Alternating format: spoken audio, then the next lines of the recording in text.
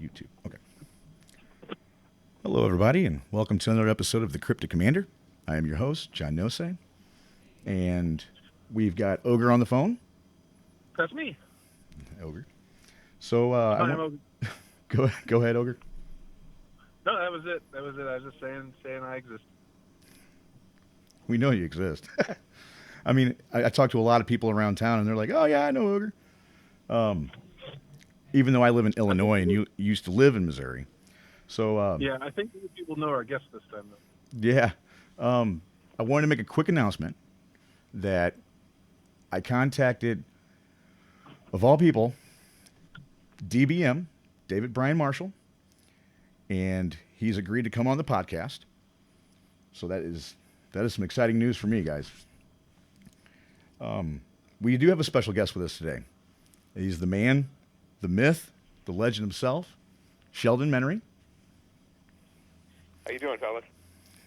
Pretty good. I'm doing great. As always, with everything, happy to be here. Amen.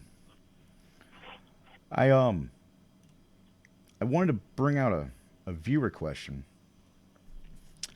and I can't find it. So give me 1 second here. I should have came prepared. Um, oh yeah. So what? I'm not sure if Ogre. Did you hear about the bannings with Oko and Once Upon a Time? Oko's been banned for a long time. Once Upon a Time just got banned on another format that has been banned uh, in previous formats as well. Right. So yes. So I was going to ask you guys what do you guys think on the latest bans, and Sheldon, you too, because that was one of the first questions one of our listeners wanted to ask you, Sheldon. Well, I mean, I'm going to defer to Ogre there because Commander is the only format that I play anymore. So I hear about the other bannings, but to say that I pay attention to them might be stretching the point a little bit. I mean, I know that Oko got banned. As a matter of fact, I know that Commander is a format that you can play Oko in.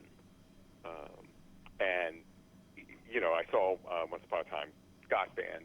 But, yeah, I don't follow the other formats well enough to really speak that intelligently about any bannings or unbannings that happen. Well, I'm not claiming intelligence either. I can speak of one thing. I think I mentioned it in the past that I was playing Modern last Monday. I was playing Modern, so I'm going to play Modern tonight. And somebody had Once Upon a Time in his deck, and I haven't played Modern in a long time, so I was like, oh, what's that? I read it, and it was like a free spell if it was the first spell they cast, and then it was pretty sick. And I was like, if I was playing green, I'd have that in my deck. And then Everybody would. the next guy played me. He had a Selesnya deck. Is that green white? And he had the same card, and I'm like, oh my goodness. I was like, didn't they just ban this card? They're like, yeah, but it doesn't take effect until tomorrow. So, but I think it's healthy for the game that if more than 60%, which I think it was like 65% of all the decks were running Once Upon a Time. Yeah, I mean, if you played green, you should have that card in your deck. It's too good, which is why they banned it. Yeah. Yeah, I mean, if a card is something that if you're playing that color, you just have to play that card, it's a prime candidate for ban. Right.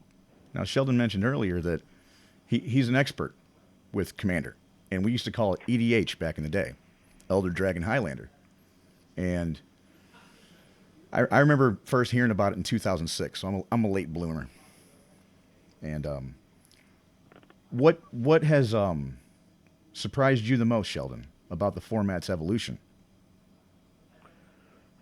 Well,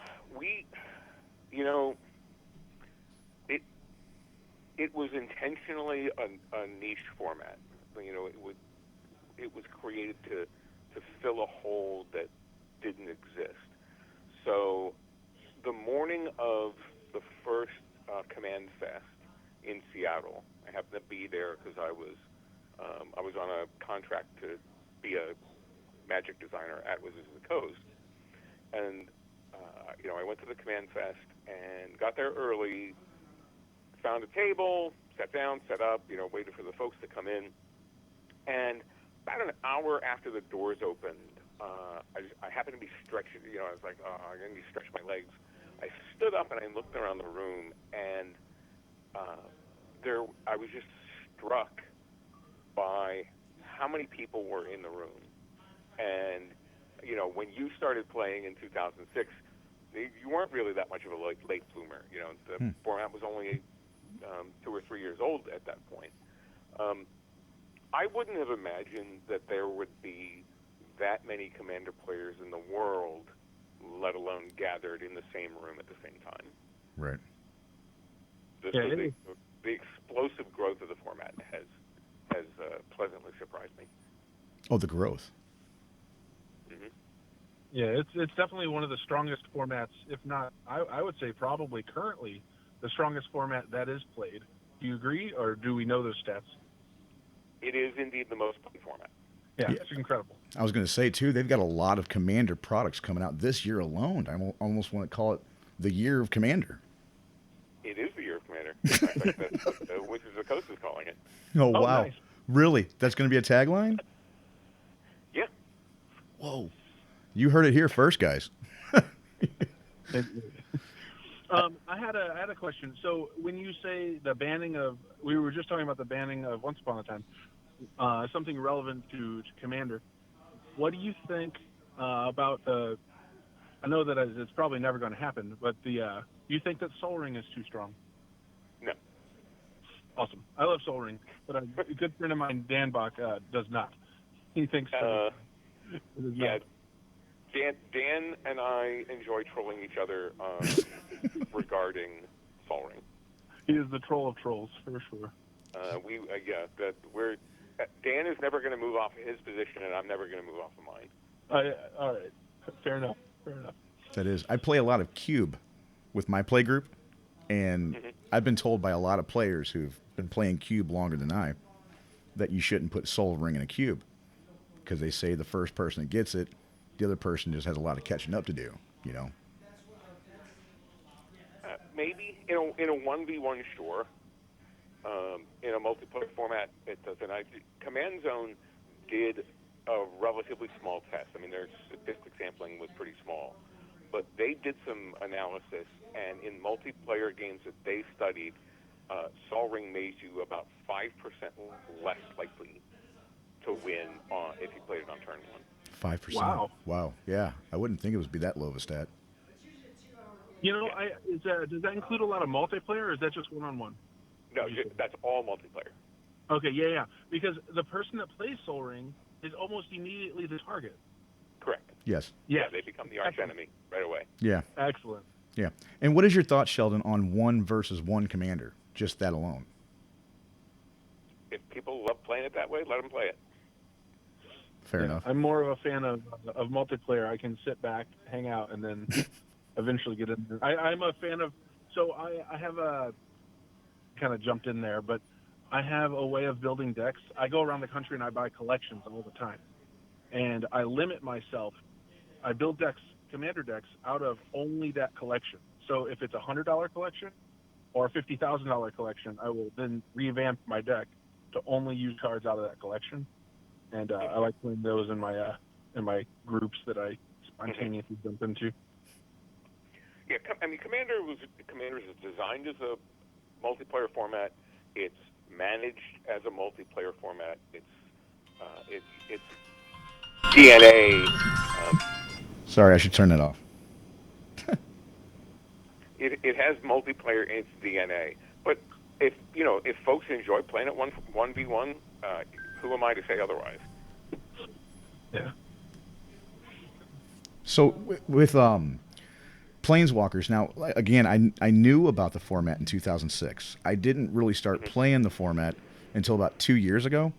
And one of the things I wanted to do was use a Planeswalker as my commander. More specifically, Jace the Mind Sculptor. In your opinion, Sheldon, should Planeswalkers be allowed as commanders since they now follow the same legendary rule that legendary creatures do? They should not. Okay. And the Commander Rules Committee and I are pretty firm in agreement on the fact that we don't want Planeswalkers to be commanders. Okay. First of all, they're not creatures. Right. Right? I mean, for one. And people said, well, if Planeswalkers had existed when you were making the rules, you might think differently. and maybe they're right. Right. But then again, Planeswalkers would have been designed with Commander in mind if that were the case. So the fact that there's 12 or 15 Planeswalkers that we have to ban to make all Planeswalkers commanders, and it's just I think it restricts design space for the folks in R&D for the future. So yeah, and there are problems. Planeswalkers as commanders are intensely problematic unless they're specifically designed to be commanders. Right, because you can't do 21 commander damage if it's a planeswalker. There's so many. Unless it's Gideon. Yeah, sure. Yeah, Gideon. There's always that. Chandra. But yeah, I mean, there's a whole host, and we've written extensively. You can probably go online and see the arguments that we've made against Planeswalkers as commanders. But right. As long as I have the influence that I do, we're not going to go that way. Okay, where do you see the game in 1 year, 5 years, 10 years? I see the game more and more. Because I assume you mean the format, not the game. Yes, the format of Commander. Yes. Yeah. More and more, Commander is going to reflect the player base that plays it. The people that administer and have influence over Commander are going to look more like the broad group of people who play it. If the Commander Rules Committee in 5 years is still 4 privileged white dudes, then I've done my job very, very wrong. Mm-hmm. I'm a big believer that it's the responsibility of leadership to replace itself, to render itself obsolete. So I think you can expect that in the very near future that the administrative body of Commander is going to look very different than it does, and that's the future I want to see. Fair enough. So, Ogre, did you want to ask a question? Because I've got another one right here in the queue.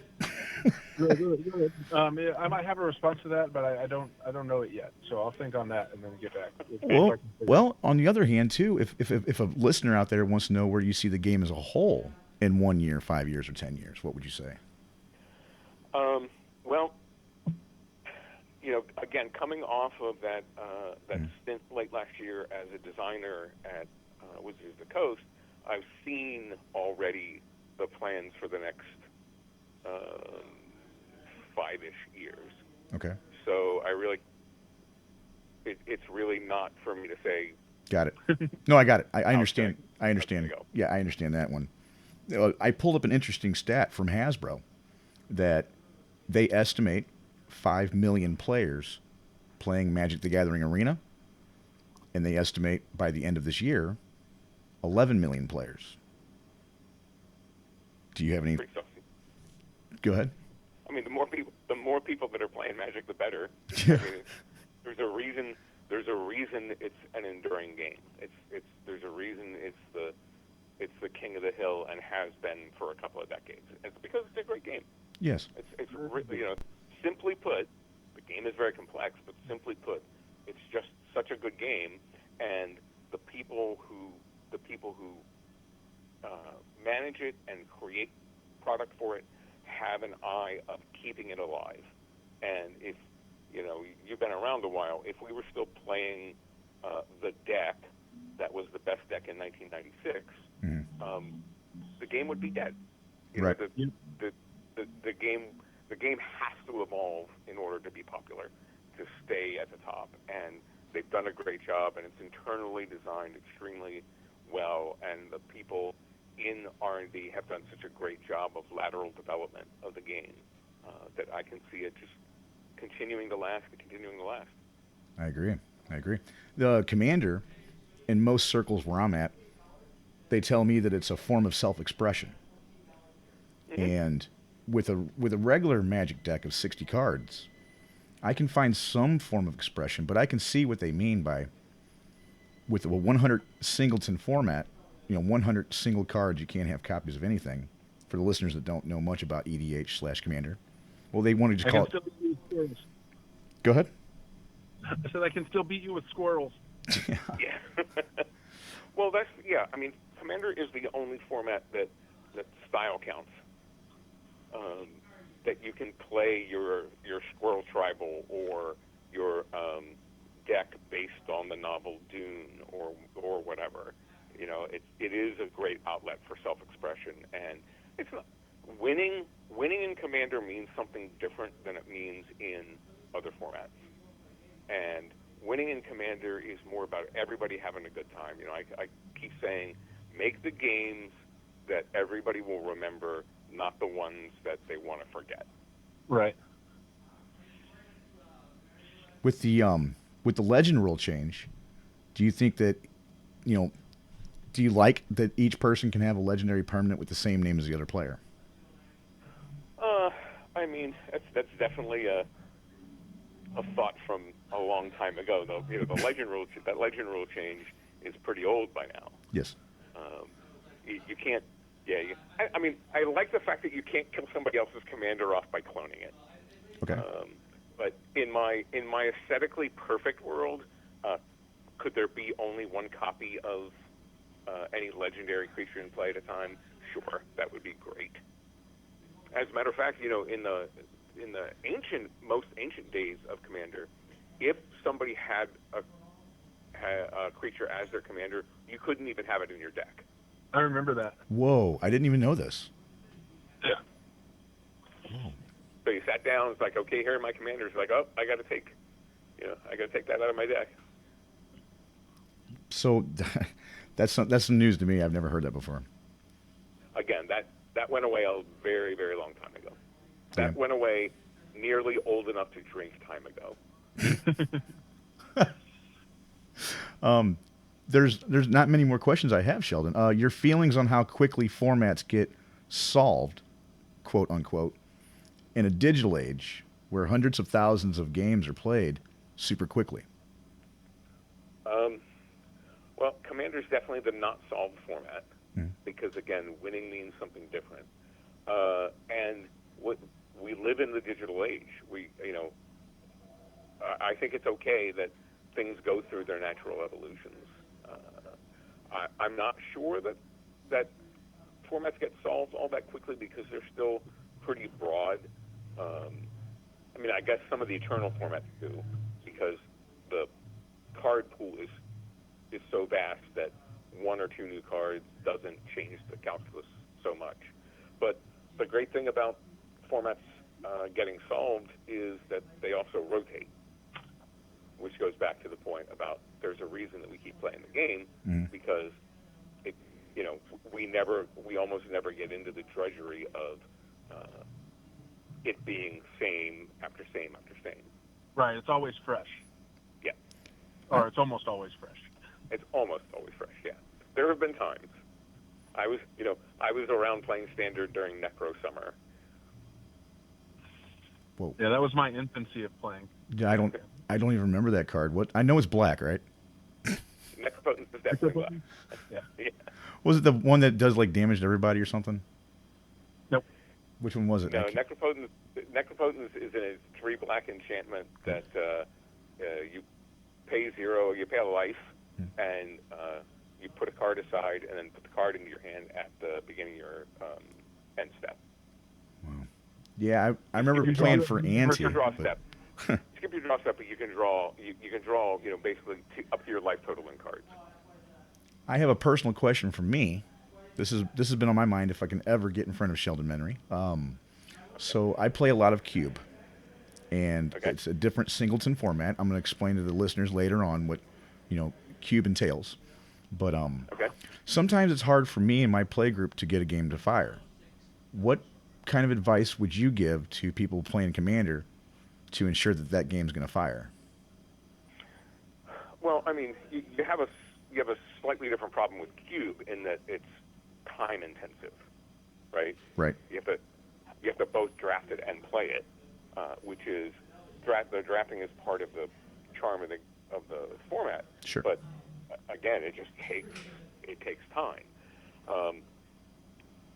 The thing about Commander is you have to find the right players to play with, and going back to a previous point, we live in a digital age, and I think it's easier now than ever to find other people to play with online, and Discord chat, and not just Magic Online, but via Discord, via Skype, via all the tools that we have, we can meet up, and we don't even have to be sitting in the same place together. I play nearly every Tuesday night on the Affinity for Artifacts Twitch stream, run by Commander Advisory Group member Olivia Gobert-Hicks, and none of us are in the same room. We just point a webcam at our playmat and join up in a Discord chat, and there we go. So I think our capabilities for finding games are better than they ever were. Yeah, for sure. Yeah. There was a question me and Ogre, when I brought some stats to Ogre a few episodes ago, I had brought, what Hasbro expects and their expectations. I told him all, Ogre and the listeners, all these stats. And one question Ogre had, which we haven't anybody, answer yet, I was just going to plain and simple ask you, do you know roughly about the money Wizards makes digital versus cardboard? I don't, and if I did, I probably wouldn't tell you. You got it. You got it. I would, it wouldn't be for me to tell you. No, I understand. But yeah, I have no idea. Okay. No, yeah, that's a really interesting question to me because I'm in so much of the finance side, and I buy and sell so much of that cardboard. That was not as relevant to you, but it's something that I was interested in. I'm sure the numbers are probably out there somewhere. Right. I would imagine. I mean, this is just sort of me wagging things, but I would imagine that if that data is out there, it's pretty well protected data. That seems like it's important corporate data that they wouldn't just roll out for anybody. That's understandable. Yeah. I mean, I do a lot of digging, and I mean, I'm surprised with the information I'm able to find, but that's one thing I can't answer Ogre on, There is a viewer question though. I think I know this one, but I'm just going to ask, what is your favorite guild / shard? My favorite guild is Orzhov, the only true guild. So like when you say other guilds say that they're guilds, but they're really not. I mean, no one has the organizational structure that Orzhov has. You're right. I'm just Gruul, so I understand. So no organization at all. Just get it. Here we're just wild animals running around. So when you cast your commander, are you just saying I pay 2 in Orzhov? I pay 2 in Orzhov. Okay, a question from me too. This is from my heart. What do you think about an all blue commander deck, mono blue? If you're going to have fun playing it, and the other people that you sit down are going to have fun playing it, then I think it's a good thing to play. Okay. I just asked that. The other day I really got whooped. I couldn't do anything but bounce a few creatures and cast one counterspell, and I lost. Well, it's only half of the true guild. You gotta add white. That's where it's... Oh, yeah. Azorius or whatever. Well, Sheldon, I don't know if I have any more questions. Ogre, do you have any questions? No, I mean, I'm sure I could think of more. Maybe at a future time we can have him back on and have some questions, after thinking about all the stuff that's been said. He's awestruck. Yeah, sure. He is awestruck, Sheldon. Yeah, that's it. I really want to say that, from the deepest part of my heart, I really appreciate you coming on the show today, Sheldon. It means so much to us. Yeah, anytime. And is there anything you wanted to plug? Well, I mean, I think most folks know where you can find me. You can find me on Twitter at Sheldon Menery. You can find me on Facebook. And you can find me every Thursday writing about the best format in Magic history on StarCityGames.com. I'm starting to become a believer, guys. I always played unlimited. Don't we still call it unlimited? Everything goes? I don't think that's a format. Yeah. Well, yeah, means something different now. Oh, it does. Okay, okay. Well, yeah. I mean, okay. So there's people out there who play kitchen table Magic who don't go by standard modern, legacy and none of that. They just play whatever goes. And when I first got into Magic, I just played whatever goes. I got into standard, and then I couldn't afford to keep standard, so I went into modern. And now I'm finding myself just playing Commander and Cube all the time. That's it. Well, you don't. I mean, they're eternal formats. You can update your decks if you want to, but if you don't need to, I mean, if you don't want to, you don't have to, and and you can still play. Absolutely. That's some great advice, Sheldon. Yep. Well, again, Yes, I wanted to go definitely ahead. thank you for creating, or helping with the Commander. Like it's definitely one of my favorite formats out there. Yeah. Absolutely. I was happy to do what I did. Yeah, I mean, I remember reading an article just how it began, and I don't want to get into too much detail, but just, 5 of the original Elder Dragons, and you guys each had your own guild, because it was a shard back then. I think it was a shard, wasn't it? Yeah. Yeah. Well, and it was a long time before shards. Way before shards. Yeah, way before they were called shards. Yeah, of course. They didn't call them shards until what? Shards of Alara and Alara Reborn. Right. Yeah, Shards of Alara is where it came from, 2008 or something. When they came out with the mythic rares. Okay, well that's going to conclude our episode today, guys. I'm all tongue tied too. So once again, thank you, All right, Sheldon. well, Thank you, Ogre. yeah, my distinct pleasure for being here. Thanks for having me, and good luck with the show in the future. Thank you, Thank you very Sheldon. much. Please have everybody share it. Yeah, Yeah. like and subscribe. All right. Don't forget to link it to me when the show's up, and I'll what do the kids call it? Signal boost. Yeah, Right. there we go. We couldn't ask for anything more, like an old Toyota commercial. All right. I'll talk to you soon. All right, Sheldon. Thank you. All right. Bye.